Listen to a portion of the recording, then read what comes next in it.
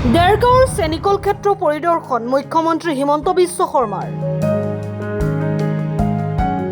দুদিনীয়া কাৰ্যসূচীৰে মুখ্যমন্ত্ৰী ডক্টৰ হিমন্ত বিশ্ব শৰ্মা সোমবাৰে আহি উপস্থিত হৈছে দেৰগাঁৱত। প্ৰথম কাৰ্যসূচী অনুসৰি মুখ্যমন্ত্ৰীয়ে দেৰগাঁও কুৰালগুৰি চেনিকল ক্ষেত্ৰ পৰিদৰ্শন কৰে। ভৱিষ্যতৰ পৰিকল্পনাৰ বিষয়ে সাংবাদিকৰ আগত প্ৰকাশ কৰি কয় যে 554 বিঘা মাটি পৰিত্যক্ত অৱস্থাত আছে। তাৰে প্ৰায় 100 বিঘাত এখন সৈনিক স্কুল খোলাৰ পৰিকল্পনা আছে আৰু বাকী মাটি ব্যৱহাৰৰ ক্ষেত্ৰত আলোচনা কৰিব।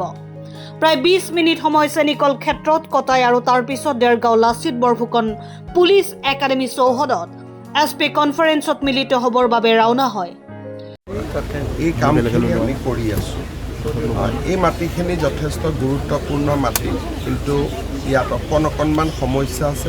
কিছু মানুহৰ ম্যাদী পট্টা আছে, তেওঁলোককো আমি হয় ম্যাদী পট্টাখিনি ল'ব লাগিব, নহ'লে তেওঁলোকক একাষৰীয়াকৈ যি মাটিত আছে সম পৰিমাণৰ মাটিত তেওঁলোকক হস্তান্তৰ কৰিব লাগিব। মাটিখিনি লিকুইডিটিৰ হাতত আছে, তাৰ পৰা অসম চৰকাৰে ল'ব লাগিব। গতিকে এটা প্ৰচেছ এটা আছে। এই প্ৰচেছখিনি হৈ গ'লে আমি কোনোবা ভাল উদ্যোগক দেখুৱাব পাৰোঁ, কিন্তু এতিয়া ফটক কৰি নোৱাৰোঁ, কাৰণ প্ৰচেছখিনি আছে। এই প্ৰচেছখিনি আমি কমপ্লিট কৰি ল'লে প্ৰায় 500 বিঘা মাটি ভৱিষ্যতে উন্নয়নৰ কাৰণে আমি পাম, আৰু এইটো এটা যথেষ্ট ডাঙৰ সম্পদ হ'ব। ইতিমধ্যে এই মাটিখিনি বাউণ্ডৰী ৱাল কৰাৰ কাৰণে আমি এটা এষ্টিমেট বনাইছোঁ। খুব সোনকালে বাউণ্ডৰী ৱাল দিয়াৰো কাম আৰম্ভ হ'ব। তেখেতসকলৰ লগত আলোচনা কৰিব লাগিব, তেওঁলোকৰো অসুবিধা হ'ব নালাগে। আমি কথা বতৰা পাতি এটা আলোচনাৰ মাজেৰে তেওঁলোকক য'ত দিব লাগে বা এটা চুকত আমি মাটি দিব পাৰোঁ, বা তেওঁলোকৰ কি দাবী আছে আমি দাবীখিনি পৰীক্ষা কৰিব পাৰোঁ। সৈনিক স্কুল বৰ্তমান তেওঁলোকে নিয়মটো বহুতখিনি বদলাই দিলে। আজিকালি সৈনিক স্কুল NGOই প্ৰতিষ্ঠা কৰে, তেওঁলোকে ৰিকগনাইজ কৰে দিল্লী পাব্লিক স্কুল টাইপ। যোৱা কেইদিনমান আগতে আমাৰ চিৰাঙত এখন সৈনিক স্কুল এটা NGOই প্ৰতিষ্ঠা কৰিছিল, ৰিকগনাইজ কৰি দিছে। গতিকে আজিকালি সৈনিক স্কুলটো অকণমান গোটেই পতাৰ নিয়মটোৱে অলপ বেলেগ হৈ গ'ল। খালি কাৰ্বি চুক্তি অনুসৰি চুক্তিত এখন সৈনিক স্কুল আছিলে, এতিয়া তেওঁলোকে মাঞ্জা ডিফুত দিছে। কিন্তু আগত যেনেকৈ সৈনিক স্কুল প্ৰতিষ্ঠা কৰাৰ নিয়ম আছিল সেইটো এতিয়া বাদ দিলে। এতিয়া কোনোবা NGOই সৈনিক স্কুল এটা পাতিব আৰু তেওঁলোকে আহি পৰীক্ষা কৰি এফিলিয়েশ্যন দিব। সৈনিক স্কুলখনক এখন বৰ্ড টাইপ কৰি দিলে, যেনেকুৱা CBSC বৰ্ড, ICC বৰ্ড, তেনেকুৱা বৰ্ড টাইপ তেওঁলোকে কৰি দিলে।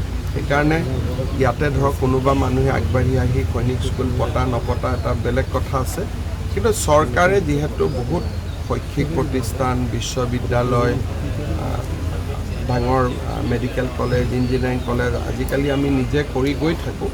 এই মাটিখিনি এবাৰ চৰকাৰৰ ওচৰলৈকে আহিলে আমি ইয়াক বহুতখিনি এটা ভাল এই গোটেই অঞ্চলটো ৰাইজৰ সুবিধা হোৱাকৈ বহুতখিনি কাম আমি কৰিব পাৰিম।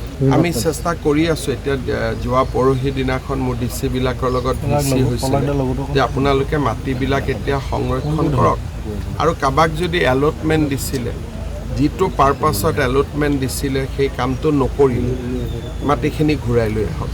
বেদখলৰ বিষয়টো অলপ বেলেগ ধৰণৰ হৈ যায়, সেইটো ক'লে আৰু এটা কনফ্লিক্টৰ কথা আহি যায়। কিন্তু যিখিনি মাটি অন্ততঃ খালী আছে তাক আমি প্ৰথম এটা সংৰক্ষিত কৰি লওঁ। যোৱা কেইদিনমান আগতে মই গোৱালপাৰাতো গৈছিলোঁ।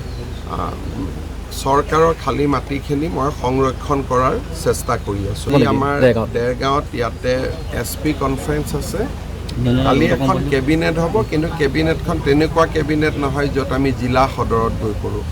অহাকালি যিহেতু যোৰহাটত আমাৰ দলৰ মিটিং আছে, সকলো মন্ত্ৰী বিধায়ক ইয়াতে থাকিব, তাৰ সুযোগ লৈহে আমি ইয়াত এখন কেবিনেট পাতিম। কিন্তু এই বানপানী পাৰ হৈ যোৱাৰ পিছত গোলাঘাটত আমাৰ এখন কেবিনেট হ'ব। এই ফিল্ডখন মৃণাল শইকীয়াই কৈছে সংৰক্ষণ কৰিব লাগে, সংৰক্ষণো কৰিম, ডাঙৰো কৰিম যদি সুবিধা আছে। দেৰগাঁৱৰ পৰা হেমন্ত বৰাৰ ৰিপোৰ্ট, অসম টাইম। ঘৰত আনন্দ আৰু সম্পৰ্কৰ চমক বজাই ৰাখিবলৈ জৰুৰী হৈছে সকলো আনন্দময় মুহূৰ্তত মৰমৰ উপহাৰ দিয়াটো।